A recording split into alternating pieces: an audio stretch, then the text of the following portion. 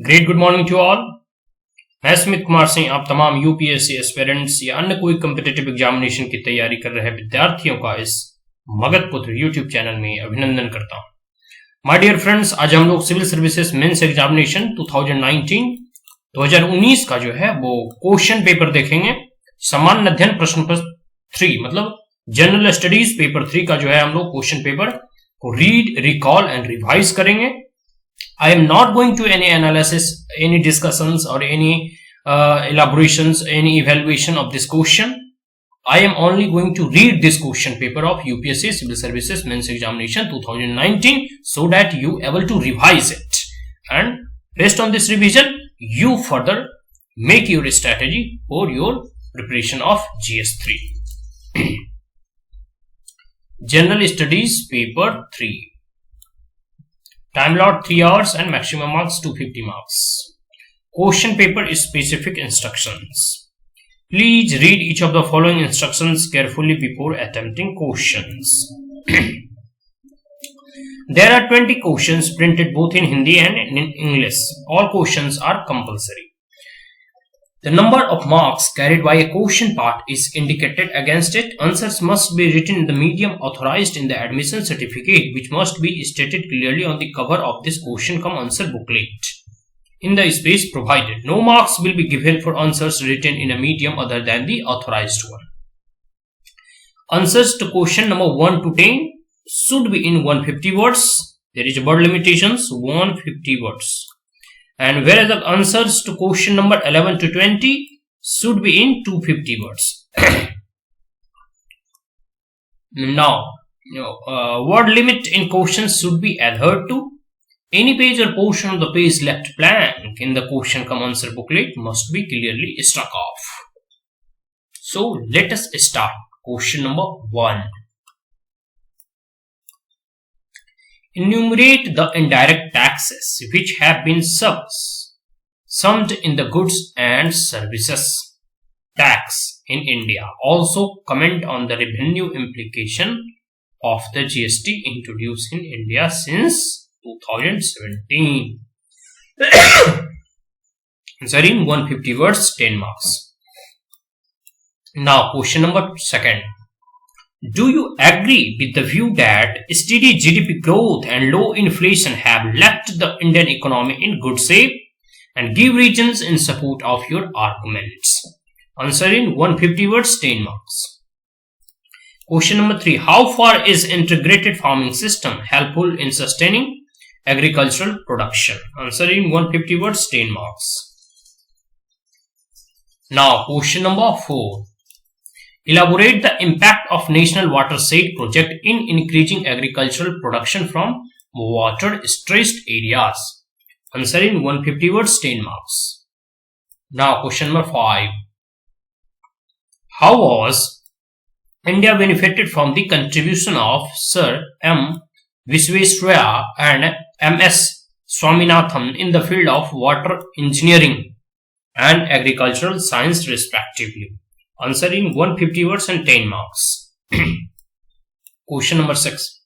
What is India's plan to have its own space station and how will it benefit our space program?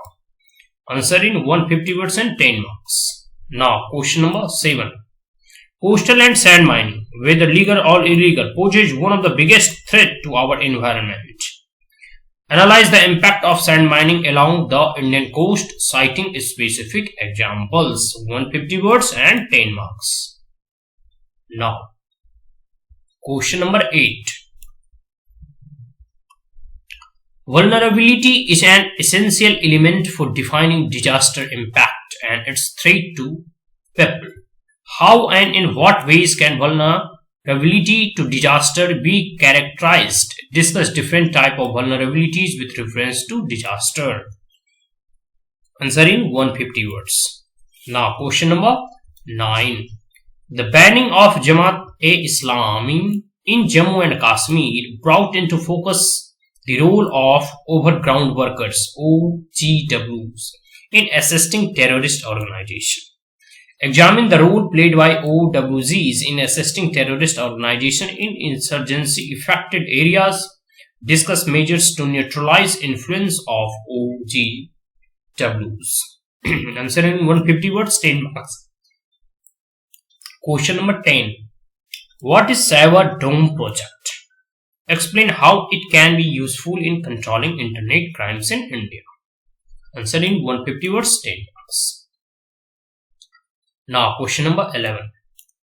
It is urged that the strategy of inclusive growth is intended to meet the objectives of inclusiveness and sustainability together. Comment on this statement. Answer in 250 words, 15 marks. Now, question number 12. The public expenditure management is a challenge to the government of India in the context of budget making during the post-liberalization period. Clarify it. Answer in 250 words and 15 marks. Question number 13. What are the reformative steps taken by the government to make food grain distribution system more effective? Answer in 250 words, 15 marks. Question number 14. Elaborate the policy taken by the government of India to meet the challenges of food processing sector. Answer in 250 words and 15 marks. Now, question number 15. How is the government of India protecting traditional knowledge of medicine from patenting by pharmaceutical companies? Answer in 250 words, 15 marks. Question number 16. How can biotechnology help to improve the living standards of farmers? Answer in 250 words and 15 marks. Question number 17. Define the concept of carrying capacity of an ecosystem as relevant to an environment. Explain how understanding this concept is vital while planning for sustainable development of a region. Answer in 250 words and 15 marks. Question number 18. Disaster preparedness is the first step in any disaster management process. Explain how hazard zonation mapping will help disaster mitigation in the case of landslides. Question number 18. Now, question number 19. Indian government has recently strengthened the anti-terrorism law by amending Unlawful Activities Prevention Act UAPA 1967 and the NIA Act. Analyze the changes in the context of prevailing security environment while discussing the scope and reasons for opposing the UAPA by human rights organizations. Answer in 250 words, 15 marks. Question number 20. Cross-border movement of an insurgent is only one of the several security challenges facing the policing of the border in the northeast state. Examine the various challenges currently emanating across the Indian-Myanmar border. Also discuss the step to counter the challenges. Answer in 250 words, 15 marks. So that's all. GS 3 UPSC Civil Services Mains Examination 2019. So UPSC civil services examination 2019 का पूरा प्रश्न पत्र जो है हमने आपके समक्ष रख दिया। अब आप इसका खुद मूल्यांकन करें, इसका खुद विश्लेषण करें कि किस प्रकार से जो है ये कह सकते हैं कि आपके आने वाले प्रिपरेशन में स्ट्रेटेजी बनाने में, प्लान बनाने में मददगार सिद्ध साबित होगी।